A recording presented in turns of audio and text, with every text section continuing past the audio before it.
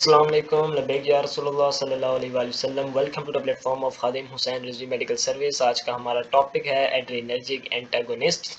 और जिस तरीके से हम चलते आ रहे हैं, ये हमारी आखिरी drugs affecting the autonomic nervous system आखिरी वीडियो है। इसमें इंशाल्लाह हम डिटेल डिस्कशन करेंगे कि भाई व्हाट आर एड्रीनर्जिक एंटागोनिस्ट, और इनकी पहले तो बेसिक बात समझेंगे ना कि भाई एक करने के ने तो किस तरीके नाल जाके कम पाने ने। आइए सबसे पहले हम बेसिक्स जो है वो बिल्कुल बात करेंगे, उसके बाद हम सारी की सारी जो है वो चीज़ें ड्रा करेंगे। सबसे पहले आप ये बताइए कि भाई जो चीज़ एड्रीनर्जिक रिसेप्टर पे जाकर अटैच होती है और वहाँ पर अटैच होते साथ ही ये कौन सा रिसेप्टर है? Adrenergic receptor. जहाँ पे एपिनेफ्रिन या नॉरएपिनेफ्रिन आ जाए उसकी निस्बत से मैंने इस रिसेप्टर का नाम एड्रीनर्जिक दिया। अगर एसिटाइलकोलाइन आ जाता तो मैं इसको कोलिनर्जिक रिसेप्टर कह देता, लेकिन एपिनेफ्रिन या नॉरएपिनेफ्रिन आ रहा है, लिहाजा इसको नाम मैंने एड्रीनर्जिक रिसेप्टर दे दिया। अब कोई ऐसा सब्सटेंस आके इस पे बाइंड कर जाए या कोई ऐसा सब्सटेंस आ जाए जो एपिनेफ्राइन नॉरएपिनेफ्राइन को इस पे बाइंड ना करने दे, उसके एक्शन में रुकावट डाले, तो ये जो सब्सटेंस आ रहा है ये पंगे ले किसके साथ रहा है? एड्रीनर्जिक रिसेप्टर के साथ बाइंड किसी को नहीं होने दे रहा। तो इसको हमने नाम दे दिया कि भाई ये इट इज एड्रीनर्जिक एंटागोनिस्ट। पीछे हमने एड्रीनर्जिक एगोनिस्ट की पूरी तफसील पढ़ी थी, जिसमें डिड पीएमसी ईड roll numbers at early morning पढ़ा था। आज हम पढ़ेंगे वही वाली जो एंटागोनिस्ट पहली वीडियो में मैंने बताई थी कि पीपीटी पीटीए का जो लैम्प है, आप आखिर में फिर ग्रेसियस, ये मैंने मोनिक बताई थी। अच्छा, अब मुझे ये बताएं कि भाई जो हमारे पास एड्रीनर्जिक एगोनिस्ट थे वो हमारे पास क्या किया करते थे? वो एड्रीनर्जिक थे तो जो रिसेप्टर जो इस पे बाइंड करते थे, या वो अल्फा होता था या वो बीटा होता था। और अल्फा की आगे से दो एग्जाम थी, अल्फा वन या अल्फा टू, और बीटा वन और बीटा टू। अब जो अल्फा वन पे जाके अटैच होते थे और जो वो वैजो कंस्ट्रिक्शन काज करवाते थे, और जो अल्फा टू अगर डोमिनेट होता था तो तकरीबन वैजो डायलेशन होती थी। यानी कि ए वन और ए टू जो है वो हमारे पास आर्ट्रियोल से हमारे पास रिलेटेड होते थे। बीटा वन होता था और बीटा टू होता था। बीटा वन जो है वो हार्ट में पाया जाता था, बीटा टू जो है हमारे पास लंग्स में पाया जाता था, और साथ में वो वैजो डायलेशन करवाया करता था पेरिफेरल। अब देखें, ये इन रिसेप्टर्स पे अटैच होने से इनके रिस्पेक्टिव एक्शंस को मैंने डिस्कस कर लिया, लेकिन अगर इनको ब्लॉक कर दूं तो क्या जो ये एक्शन हो रहा था वो होएगा? नहीं होएगा। मैं कहता हूं जी मेरे पास एक ना बीटा टू एड्रीनर्जिक एंटागोनिस्ट है, तो वो क्या करेगा? बात बिल्कुल वाज़ेह है कि भाई अगर कोई बीटा टू के ऊपर एगोनिस्ट आता था तो वो तो हमारे पास ब्रोंकोडायलेशन काज करवाता था, साथ में हमारे पास पेरिफेरल वैजोडायलेशन काज करवाता था। तो अगर मैं कोई एगोनिस्ट की बजाय एंटागोनिस्ट आके इसके ऊपर डाल दूं, ऑब्वियसली वो उल्टे इफेक्ट डालेगा, यानी कि वैजो कंस्ट्रिक्शन करवा देगा पेरिफेरल की, और साथ में हमारे पास जो लंग्स हैं उनकी वैजो डायलेशन के बजाय उनकी भी जो हमारी जो डायलेशन करवाता था उनकी भी वो कंस्ट्रिक्शन करवा देगा। इसी तरीके से अगर मैं बात करूं भाई, अगर मेरे पास कोई बीटा वन पे एगोनिस्ट जाके अटैच होता था तो वो तो कार्डियक को, हार्ट को स्टिमुलेट करता था, उसकी कंट्रैक्टिलिटी में इजाफा किया करता था। बस जेड़ा ए अगर मैं ला देवा ओ वाला एंटागोनिस्ट जेड़ा जाके बीटा टू ते लगे, तो मैं कहवांगा कि बीटा टू एंटागोनिस्ट आई मैं ला देता बीटा टू नहीं होते। अब वो क्या करेगा? उल्टा काम करेगा। जो बीटा टू सॉरी जो बीटा वन को अटैच करने से होता था उसके जरिए कार्डियक स्टिमुलेट इंक्रीज होती थी, लेकिन होने दे मैं एंटागोनिस्ट अटैच कर देता है, तो लिहाजा अब वो कार्डियक एक्टिविटी वाला जो काम है वो नहीं हो पाएगा। ये है हमारी तफसील। और बीटा टू किससे रिलेटेड हो गया? लंग से। बीटा वन किससे? हार्ट से। और ए और अल्फा वन और अल्फा टू आर्टरी से। तो वही बात है कि भाई इन रिसेप्टर्स के जो एक्शंस हैं वो कब होते थे? जब इनके ऊपर एगोनिस्ट आकर अटैच होता था। तो एंटागोनिस्ट के एक्शंस क्या होंगे? सिंपल, इनके उल्टे। ये हमने आज इस पे डिस्कस करना है। अब उनकी सारी की सारी मैनेमोनिक भी आप लोगों के सामने मैं लगाने वाला हूँ।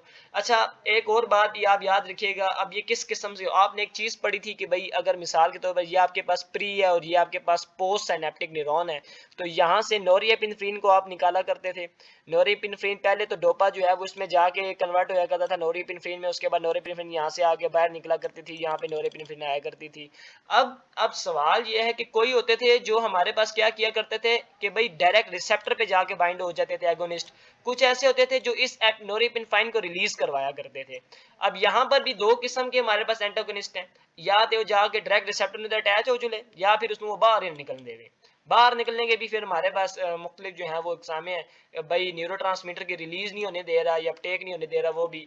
तो अब ये सारा का सारा ये डायरेक्ट और इनडायरेक्ट इसमें भी फिर यानी कि हमारे पास सॉरी जो अल्फा और बीटा ब्लॉकर्स है ना, उनके अंदर भी हम फिर इस तरह डिटेल जो है वो डिस्कस करेंगे। आइए, एड्रीनर्जिक एंटागोनिस्ट। अब ये मैंने आप लोगों के सामने बनाई थी कि पीपीटी का पीटीए लैंप बहुत अच्छा है, तो आगे से मैंने कह दिया था ग्रासियस, ये मैंने आपको मैनेमोनिक बताई थी।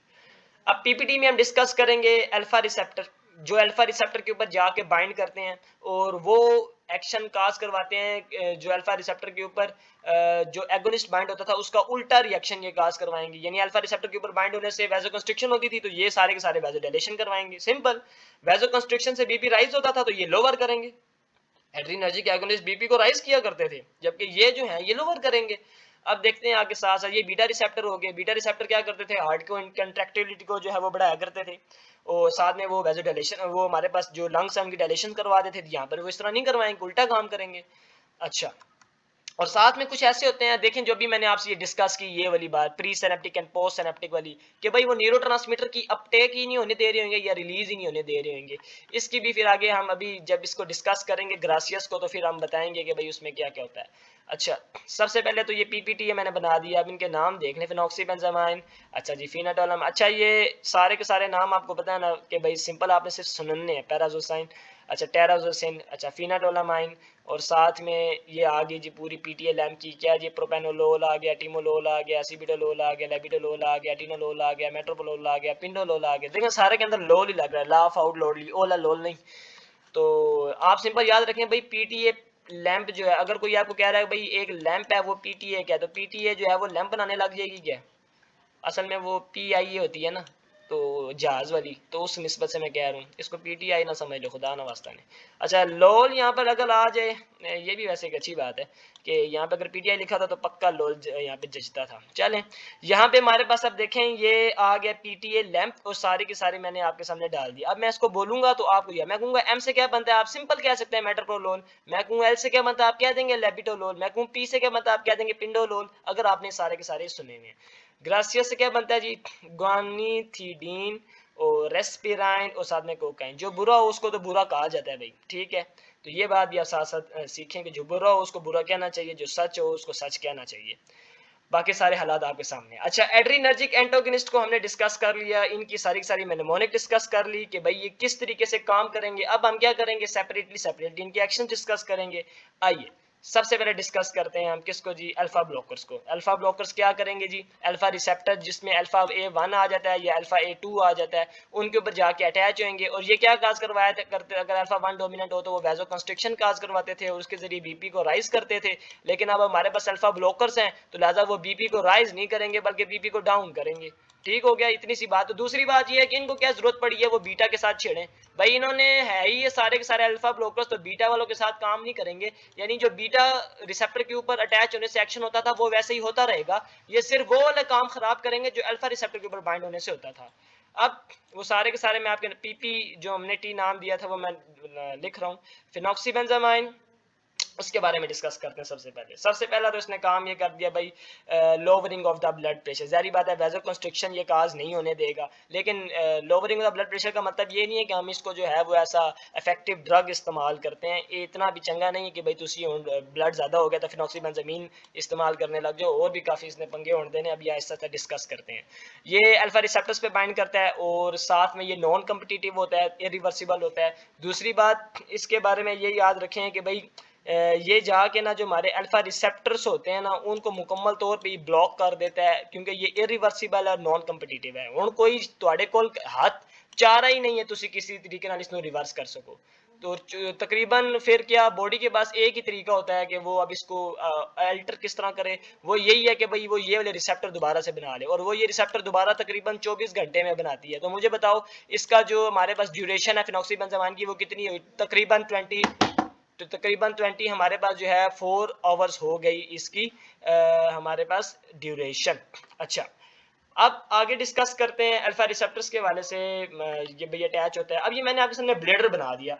अब होता है इस तरीके से है कि भाई हमारे पास ना होता है कि भाई इंटरनल स्पिंक्टर ऑफ दी, हमारे पास होता है ब्लेडर, और वो इंटरनल स्पिंक्टर क्या करता होता है कि भाई मिसाल के तौर पर इंटरनल स्पिंक्टर बना दिया, और इस ब्लेडर के ऊपर अब हमने क्या कर दिया जी, अब मिसाल देता हूं कि यहाँ पर होता है इंटरनल स्पिंक्टर।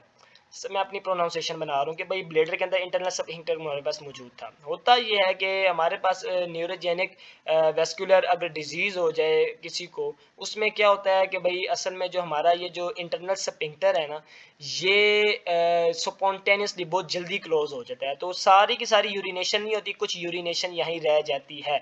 तो ये भी एक काफ़ी इशू होया करता है। तो अब ये फिनॉक्सीबेंजामीन क्या करता होता है कि भाई वो क्या करता है, इसको जो है ना वो क्लोज नहीं करने देता इतनी जल्दी, थोड़ा सा ओपन रखता है कि यार सारी की सारी जो यूरिनेशन है ना वो हो जाए।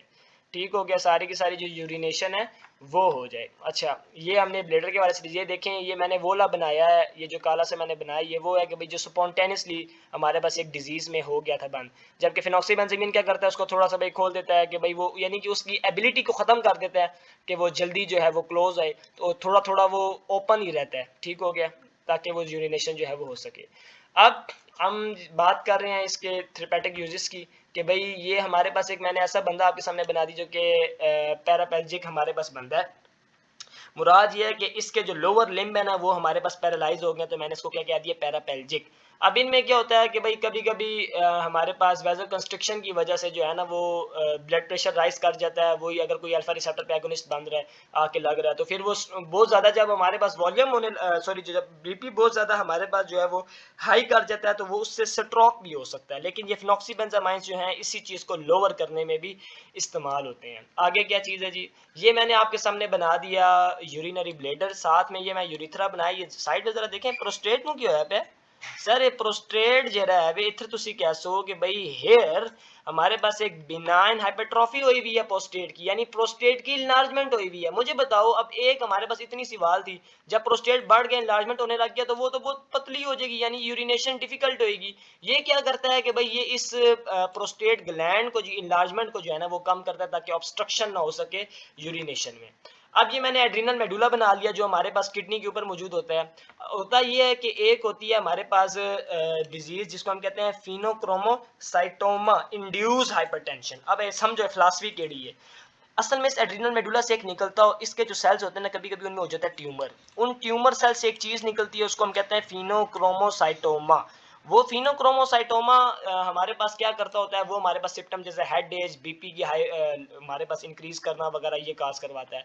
तो फिनोक्सीबेंजामीन जो है वो क्या करता है, इसके सिम्टम्स को भी रिलीव करने में, यानी कि आप यूं कहते हैं फिनोक्रोमोसाइटोमा इंड्यूस्ड हेडेक। फिनोक्रोमोसाइटोमा जो कि tumour cells of the adrenal medulla से हमारे पास प्रोड्यूस हुई, उसकी वजह से जो हमारे पास हेड एक और बीपी की हायरिंग होती है उसको भी ये डिक्रीज करने में काम करता है। अच्छा, ये हमारे पास हो गए सारे के सारे यूजेस किसके जी, फिनॉक्सीबेंजामीन के। अच्छा, आगे हमारे पास क्या है जी, आगे भी देख लेते हैं। फिनाटोलामाइन, फिनाटोलामाइन ये अपनी अपनी प्रोनाउंसिएशन है ला। अब फिनाटोलामाइन जो है वो हमारे पास एक कम्पिटिटिव हमारे पास जो है वो ब्लॉकर है एज रिस्पेक्ट टू द फिनॉक्सीबेंजामाइन। वो भी इसी तरीके से अल्फा रिसेप्टर्स के ऊपर जाकर जो है वो अटैच होता है। अब यहाँ पे भी मैंने एड्रिनल मेडुला बना दिया, वही वाली बात जो यहाँ पर थी वही वाली यहाँ पर भी है कि भाई it is also used for the diagnosis of the pheochromocytoma induced hypertension. तो ये भी वही काम जो फिनॉक्सीबेंजामीन कर रही थी बोला, यहाँ पे ये डायग्नोसिस वाला काम करेगी। अच्छा, अब ये देखिए मैंने आपके सामने एक पैर बनाया जिसमें ये आपको उंगलियां नजर आ रही होंगी, इसको हम कहते हैं जो नीली नीली नीली हो जाती होती हैं, असल में यहाँ पर ब्लॉकेज हो जाती है सप्लाई की, तो इसको हम कहते होते हैं जी इट इज फोर्स्ड बाइट। इसका नाम क्या होता है बायोलॉजी की जुबान च, फोर्स्ड बाइट। असल में अब देखें फिनोटोलामाइन क्या चीज है, असल में ये जो अल्फा रिसेप्टर है इसके ऊपर अगर कोई एगोनिस्ट आकर अटैच होता था तो अल्फा रिसेप्टर क्या काज करवाता था, वैजो कंस्ट्रिक्शन। लेकिन फिनाटोलामाइन जब आ गया वो तो अल्फा रिसेप्टर अटैच हो सी तो वैजो कंस्ट्रिक्शन नहीं होने लगी, तो उल्टा काम हो सी के वैजो डायलेशन। तो अब यहाँ पर वैजो कंस्ट्रिक्शन हुई भी है तो कोई ब्लड सप्लाई नहीं जा रहा है। अगर हम फिनाटोलामाइन दे देंगे वो तो अल्फा रिसेप्टर पे जाके वैजो कंस्ट्रिक्शन ही बल्कि वैजो डायलेशन करवाएगा, ब्लड सप्लाई होएगी, तो लिहाजा हमारे पास ये जो फोर्स बाइट है ये भी ठीक हो जाएंगे। आगे मैंने इंटेस्टाइन बनाई है, ये इंटेस्टाइन की मोटिलिटी को इंक्रीज करके इनके इन अदर वर्ड्स ये सिप्टम जो है ना वो जो काज करवाता है वो फिर पेप्टिक अल्सर तक चली जाती है। इसको इस्तेमाल करने से जो कहानी सिंपली आप ये याद रखें, उनके इतनी फिलासफी दसा, सिंपली ये याद रखें कि भाई it aggravates the system of peptic ulcer. साथ में मैंने आपका ये हार्ट जो है वो बना दिया कि भाई इसका जो एक एडवर्स इफेक्ट है, ज़ाहिर सी बात है, ये वैजो कंस्ट्रिक्शन काज करवा नहीं रहा, वैजोडाइलेशन काज करवा रहा है, तो पोस्टल हाइपोटेंशन भी हो, यानी कि बीपी की कुछ ज्यादा ही लोवरिंग करवा देना। अच्छा जी, ये हमारे फिनाटोलामाइन हो गया। पैराजोसिन और साथ में हमारे पास जो दूसरा ड्रग है टेराजोसिन। अब इनको मैंने कंबाइन करके बताऊंगा कि भाई एज कम्पेयर टू द इधर द फिनाटोलामाइन और इधर द फिनोऑक्सीबेंजामीन, ये जो हमारे पास ड्रग्स हैं ये हाइपरटेंशन के ट्रीटमेंट के लिए इस्तेमाल होते हैं। समझ में आ गई, ये हाइपरटेंशन के ट्रीटमेंट के लिए इस्तेमाल होते हैं। अब लेकिन एक मसला ये होता है कि कभी कभी पैराजोसिन आप इतनी इसकी जो नॉर्मल तादाद भी होती है ना, वो जब शुरुआत में किसी बंदे को देते हैं तो वो फर्स्ट पास इफेक्ट, यानी कि जब ये इब्तदा में किसी को दी जाए तो वो इतनी ज़्यादा तेज़ होती है नॉर्मल भी कि वो बंदे नू फेंट कर देनी है। तो लिहाजा जब भी आपने इसको शुरुआत में देनी है वो क्या करना है कि नॉर्मल डोज का आपने 1/3 या 1/4 डोज जो है वो आपने पेशेंट को देनी है to lower the blood pressure. तो ये हमारे पास हाइपरटेंशन ट्रीटमेंट के लिए इस्तेमाल होते हैं। अब मैं आपसे किसी भी चीज़ के बारे में पूछूं आपको पता चल जाना चाहिए कि भाई prazosin is an alpha blocker used for the hypertension treatment, phentolamine is also alpha blocker and it is the competitive one. अच्छा, इसी तरीके से phenoxybenzamine is also the alpha blocker and adrenergic antagonist. सारी बातें यहीं लिखी होती हैं, 5-6 लाइनें तो आप यहीं बन जाती हैं और ये सारे के सारे सिम्टम्स भी हमने डिस्कस कर लिए। आगे चलते हैं, ये नॉन कम्पिटिटर है और ये हमारे पास कम्पिटिटिव है। आगे चलते हैं जी, कौन सी चीज़ आती है हमारे पास? आगे हमारे पास आगे जी बीटा ब्लॉकर्स। और बीटा ब्लॉकर्स के बारे में हमने जो पढ़ा था वो कौन सा फार्मूला था जी? PTA lamp. ये प्रोपेनोलोल हो गया, टिमोलोल हो गया, सारों के आखिर में लोल आता था। याद तो एक बड़े अच्छे अंदाज में आपको मैंने एक चीज़ का नाम लेके भी याद करवाया था।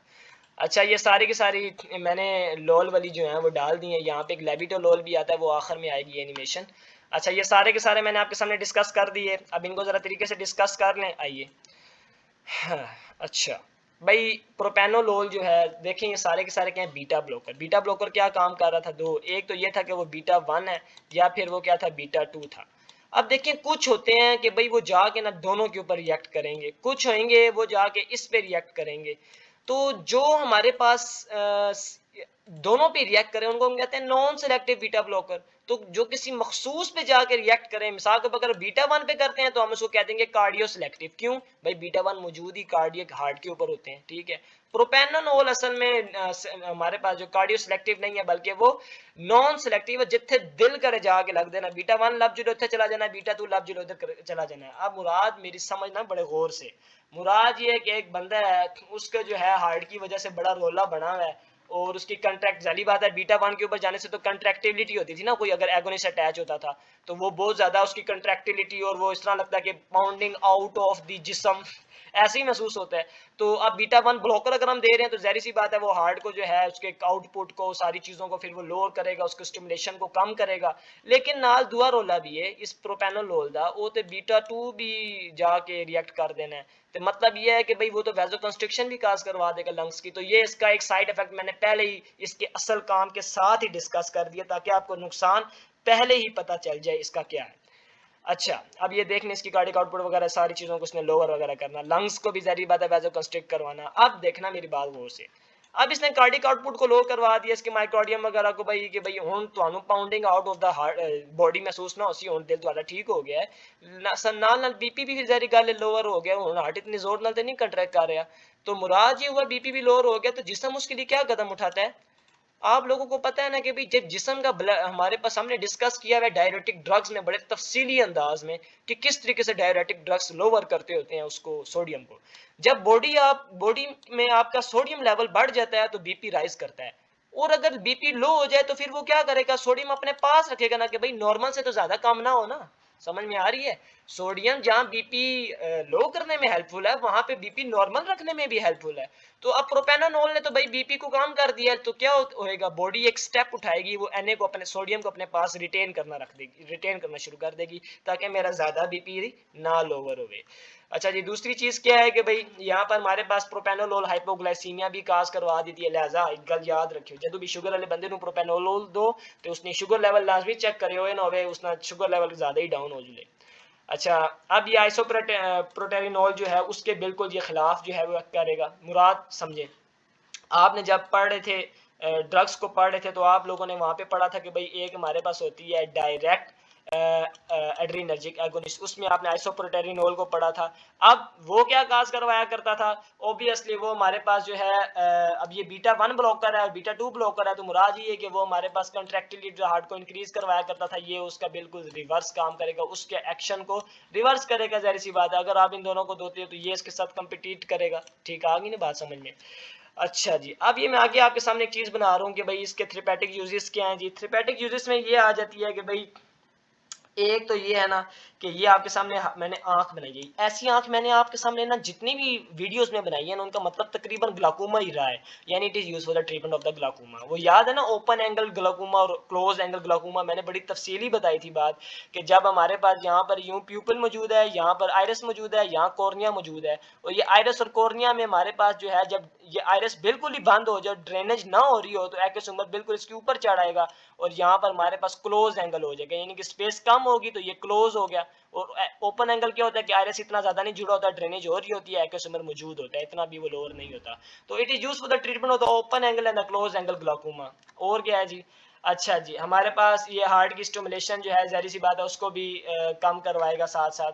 अच्छा जी, साथ में और क्या हो गया, एंजीना पेक्टोरिस वगैरह आपका जो है वो जब दिल में दर्द वगैरह हो जाए उसके लिए भी जारी बात है ये लोवरिंग में काम करेगा। ठीक हो गया जी। साथ में हमारे पास जो माइकोडियल इन्फार्क्शन हो जाती है जिसमें आपकी जो है वो नहीं मिल रही होती है ऑक्सीजन वगैरह हार्ट की मसल्स, उसमें भी ये मदद कराएगा। अच्छा, ये मैंने आपके सामने थायराइड ग्लैंड बना दिया, थायराइड ग्लैंड से यहाँ ये याद रखिए हाइपरथायरॉइडिज्म नहीं काज करने देगा। और साथ में मैंने बेरेन बना दिया तो मतलब मेग्रेन, ठीक हो गया, हेडेक्स वगैरह उससे भी इसने बचाना है। ये थी हमारी discussion about the propranolol. Simple सी डिस्कशन थी, कोई इतनी बड़ी इफेक्ट नहीं थी। इसका जो मेन साइड इफेक्ट आपने याद रखना था वो एक तो शुगर वाली गल सी, एक एन वाली गल सी, एक ग्लाकोमा वाली गल सी, एक लंग वाली गल सी, ते एक नाल ए वाली कि भाई बीपी ते लोअर करते सी ते फिर सोडियम रिटेन करना पैसे बॉडी ਨੂੰ ਨਾਲ वैजो कंस्ट्रिक्शन भी कर, यानी कि सॉरी जो हमारे लंग्स की जो हमारे है ना साथ में वैजो एल्वियोलाई को कंस्ट्रिक्ट करवा देना। टिमोलॉल क्या करना है जी, अब वो भी हमारे पास ग्लाकोमा की जो है वो ट्रीटमेंट के लिए एक्वस ह्यूमर की प्रोडक्शन जो है उसको लोअर करने में इस्तेमाल होता है। वही वाली बात जो उसकी पीछे, जो टिमोलॉल मोर पोटेंट है देन द प्रोपेनोलॉल, ये भी साथ साथ डिस्कस कर लेते हैं। अच्छा, ये इतनी बात करने के बाद अभी एटिनोलोल, एसिबिटोलोल और मेट्रोप्रोलोल क्या है जी। अब आप लोगों को मैंने बताया था कि जो प्रोपेनोलोल और टिमोलोल ये हमारे पास जो है नॉन सेलेक्टिव ही हैं, जेड जिथे दिल करे जाके अटैच हो जाने ने, लेकिन एटिनोल, एसिबिटोलोल, मेट्रोप्रोलोल कार्डियो सेलेक्टिव हैं, यानी कि ये जाएंगे भी तो किसके ऊपर जाएंगे जी, बीटा वन के ऊपर जाएंगे। किसके ऊपर जाएंगे जी, बीटा वन के ऊपर जाकर अटैच होंगे, क्योंकि बीटा वन ही कार्डियो के ऊपर मौजूद होते हैं ना, कोई बड़ी गलत है नहीं। तो यहाँ पर जाकर अटैच होंगे और कार्डियो सेलेक्टिव है, तो मतलब साफ वाज़ेह जारी बात है हमारे पास कि वो लोअरिंग ऑफ द हमारे पास बीपी को इस्तेमाल करेंगे, यानी कि बीपी वगैरह लोअर करने में। अब ये जो हमारे पास एसिबिटोलोल आ गया, अब ये क्या काज करवाएगा जी, ये हमारे पास असल में ना दोहरा म्यार रखने वाले लोग होते हैं। एक होता है ये एसिबिटोलोल हो गया, और साथ में इसके जो है वो पिंडोलोल भी इस्तेमाल होता है। दोहरा म्यार किस तरह रखते हैं, असल में ये एंटागोनिस्ट है ही नहीं, ये है पार्शियली एगोनिस्ट। वो कैसे जी, जरा सुने।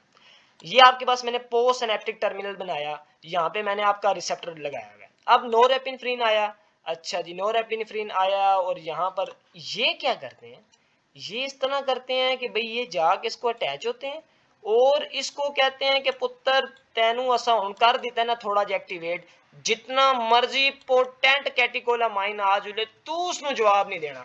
ये करते होते हैं भाई एसिबिटालोल, साथ में इसके पिंडोलोल भी आता होता है। ये दोनों यही काम करते हैं कि भाई रिसेप्टर को जाके पार्शियली एक्टिवेट किया कि फिर कहते हैं पुत्र जितना मर्जी पोटेंट आ जुले तेरे नाल अटैच होने वाला कैटिकोलामाइन, तू उसको जवाब नहीं देना। जवाब नहीं देगा तो फिर वो इफेक्ट काज नहीं कर पाएगा। तो ये फिर एक किस्म का जो है हमारे पास एंटागोनिशन वाला ही काम कर रहा है, लेकिन साथ में इसको पार्शियली एक्टिवेट भी तो कर रहा है। तो दोहरा म्यार रखने वाले, तभी मैंने शक्ल ही इसकी ऐसी बनाई है कि ऐसे बंदे होते ही दोहरे म्यार वाले। लेबिडोलोल आ गया जी। लेबिडोलोल हमारे ऊपर हमारे पास क्या काम करेगा, इसके बारे में जरा सुने कि भाई ये हमारे पास बीटा ब्लॉकर तो है, लेकिन साथ में अल्फा ब्लॉकिंग एक्शन भी इसका है। समझ में आई, ये एक रिवर्सिबल बीटा ब्लॉकर है, लेकिन साथ में इसका अल्फा ब्लॉकर एक्शन भी है। अब ये तकरीबन बाकी सारे के सारे जो हमने बीटा एंटागोनिस्ट पढ़े हैं उनके मुकाबले में अगर हम देखें तो भाई ये पहला ही बंदा है जिस नाल जेड़ा है वे ए भी शायद मौजूद है कि भाई अल्फा ब्लॉकिंग भी मौजूद है, लिहाजा ये बीपी को भी लोअर करने में इस्तेमाल होएगा। जाहिर बात है अल्फा ब्लॉकर के ऊपर कोई चीज जाके अटैच होती थी वो तो वैसे कंस्ट्रिक्शन काज करवा देता था, तो हायरिंग, जबकि ये जो है ये बीपी की लोअरिंग। हालांकि हम डिस्कस किसको कर रहे हैं, बीटा ब्लॉकर। बीटा ब्लॉकर तो या कार्डियक के साथ होना चाहिए या फिर हमारे पास लंग्स के साथ एसोसिएट होना चाहिए, लेकिन यहाँ पे लेबिटोलोल जो है वो अल्फा ब्लॉकिंग इसके एक्शन क्या आएगी कि वो साथ में बीपी को भी लोअर करता है। हाँ, रिवर्सिबल बीटा ब्लॉकर भी है। ये डिस्कशन होगी हमारी लेबिटोलोल के बारे में और बीटा ब्लॉकर्स के सारे इन ड्रग्स के बारे में जो कि बीटा ब्लॉक एड्रीनर्जिक एंटागोनिस्ट के। आगे चलते हैं जी। आखिरी हमारे पास रह गए कौन से ड्रग्स, वो ड्रग्स रह गए हैं जो हमारे पास न्यूरोट्रांसमीटर की रिलीज या अपटेक में मसले करेंगे। अब वही वाली बात है कि मिसाल के तो भाई ये हमारे पास प्री सिनेप्टिक टर्मिनल है, कोई ऐसे होंगे जो डोपामीन से वो हमारे पास आगे जो टेरोजीन से डोपामीन बना उसके बाद उसको यहाँ पर अंदर ही नहीं जाने देंगे, या अंदर चला गया तो बाहर नहीं निकलने देंगे। मुराद समझ में आ रही है? यानी कि उसको मस्ती करेंगे किसी ना किसी तरीके से। आए जरा डिस्कस करते हैं। ग्रासिया सामने बात की थी तो गैनेथिडीन, अच्छा जी रेस्पिराइन, और साथ में हमारे पे कोकाइन। कोकाइन के बारे में तो आप जानते ही हैं ना कि भाई ये हमारे पास एक अब्यूज ड्रग है, वो साथ में कार्डियक स्टिमुलेंट भी है।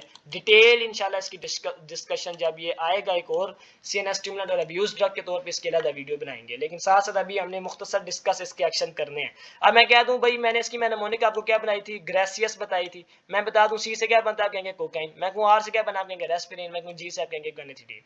अब साथ डिस्कस करते हैं गनेटिडिन किस लिए इस्तेमाल होती है। सिंपल सी बात है, it is also used for treatment of the hypertension. वही वाली बात है, जब ये एपिनेफ्रिन नोरेपिनेफ्रिन की रिलीज नहीं करवाएगा, नोरेपिनेफ्रिन जाके अटैच नहीं होगा रिसेप्टर पे, तो सिंपल सी बात है वो तो इंक्रीज कर दिया करती थी अपने एक्शन, क्योंकि वो तकरीबन हमारे पास मुख्तलिफ रिसेप्टर्स पे अटैच होती थी। लेकिन अब ये क्या है जी, ये उसको नहीं निकलने देगा ट्रीटमेंट ऑफ द हाइपरटेंशन। जो रेस्पिरिन है वो क्या करेगा, वो बीपी की लोवरिंग में भी इस्तेमाल होएगा। एक बात तो ये होगी। सोल्ड का मतलब ये है कि भाई slow on set and long duration, ये इसकी खासियत है कि स्लो ऑन सेट होएगा और साथ में लॉन्ग ड्यूरेशन होएगा, और साथ में HCl का लेवल बहुत ज़्यादा कर देगा। लिहाजा एक गल याद रखियो, ये जो बंदे ना दे दियो रेस्पिरिन जिसने पहले ही पेप्टिक अल्सर वाला इशू होवे, ठीक है ना, तो नाल HCl उसने इंक्रीज हो जासी। अच्छा, साथ में सेक्सुअल फंक्शन इंटरफेरेंस भी हमारे पास साथ साथ हो जाता है। तकरीबन इन सारों के जो हमारे पास एडवर्स इफेक्ट्स में आएगा ना, ये अल्फा बीटा और साथ में इनके, वो हमारे पास सेक्सुअल फंक्शन में इंटरफेरेंस है इन सारे के सारे ड्रग्स की। सेमन की एजैकुलेशन में भी ये इफेक्ट कर देते होते हैं काफ़ी ज़्यादा, कार्डियक एरिथमा भी काज करवा देते होते हैं, फैटीग भी काज करवा देते हैं, कभी हेलुसिनेशन भी काज करवा देते हैं। तो ये मेरा ख्याल है साथ में हेलुसिनेशन भी काज करवा देता है, ठीक है। तो हेलुसिनेशन का ਤੁਹਾਨੂੰ मतलब बेहतर तरीके से पता होगा, यानी कि यादां ਵਿੱਚ ਤੇ पता नहीं केड़ी केड़ी ख्वाबां ते गल्लां, ठीक हो गया। ये इसके एडवर्स इफेक्ट्स भी हमने दो डिस्कस कर लिए, दो तीन बल्कि डिस्कस कर लिए। अब ये कोकीन जो है ये क्या कर रही है, असल में यहाँ से निकलता है नोरिएपिनेफ्रिन। ये क्या करती है कोकीन, यहाँ पर हमारे जो मौजूद होते हैं ना Na, पोटेशियम, एटीपेज, उनको जाके खत्म कर देती है। कहती है तुसा नोरिएपिनेफ्रिन लेना ही नहीं। मुराद ये है यहाँ पे नोरेपिनेफ्रिन लेने वाले मौजूद ही नहीं है, तो नोरेपिनेफ्रिन तो यहाँ एक्टिवेट होती रहेगी, एक्टिवेट होती रहेगी, एक्टिवेट होती रहेगी। तो मुझे बताएं ना, इसने ब्लॉक नहीं कर दिया, तो इसको हम ब्लॉकर ना कहें। ब्लॉकर हुआ ना, क्यों भाई, इसने नोरेपिनेफ्रिन को, उसने वो चीज ही तोड़ दी जहां पर जाके इसने अटैच होना था। और इसकी जो मेन काम है वो क्या है कि it is an abuse drug and also the CNS stimulant. ये इसका तरीकाकार होता है कि भाई ये Na, पोटेशियम, एटीपेज जो कि जिन्होंने पकड़नी होती है नोरेपिनेफ्रिन, आगे जाके स्टिमुलेशन काज करवानी होती है, उन्होंने खत्म कर देता है, हुण ते नोरेपिनेफ्रिन एक्टिवेट होनी रहती। समझ में आई? तो इस तरह इसने जो है वो काज करवा दिया, हमारे पास एंटागोनिस्ट के तौर पे काम कर दिया। तो दिस वाज ऑल अबाउट किस किस चीज़ के बारे में हमने डिस्कस किया जी, हमने डिस्कस किया सारे के सारे एड्रेनर्जिक एंटागोनिस्ट कि भाई वो होते क्या हैं, उनकी मैनेमोनिक क्या है, उनके थोड़े थोड़े हमने एक्शंस को डिस्कस किया। अब मैं सिंपली आपसे अगर पूछूं कि भाई पैराजोसिन और टेराजोसिन याद होएगा आपको बड़े आसान अंदाज में, अभी हमने इससे पहले जब हम अल्फा ब्लॉकर डिस्कस कर रहे थे उसमें देखा था वो क्या काज करवाते थे, वो जो हाइपरटेंशन है उसका जो है वो उनके पास इलाज हुआ करता था। और ये थी हमारी आज की वीडियो जिसमें हमने डिस्कस कर लिया। इंशाल्लाह अगली वीडियो में मिलेंगे। अल्लाह पाक को सलामत रखे। जज़ाकल्लाह।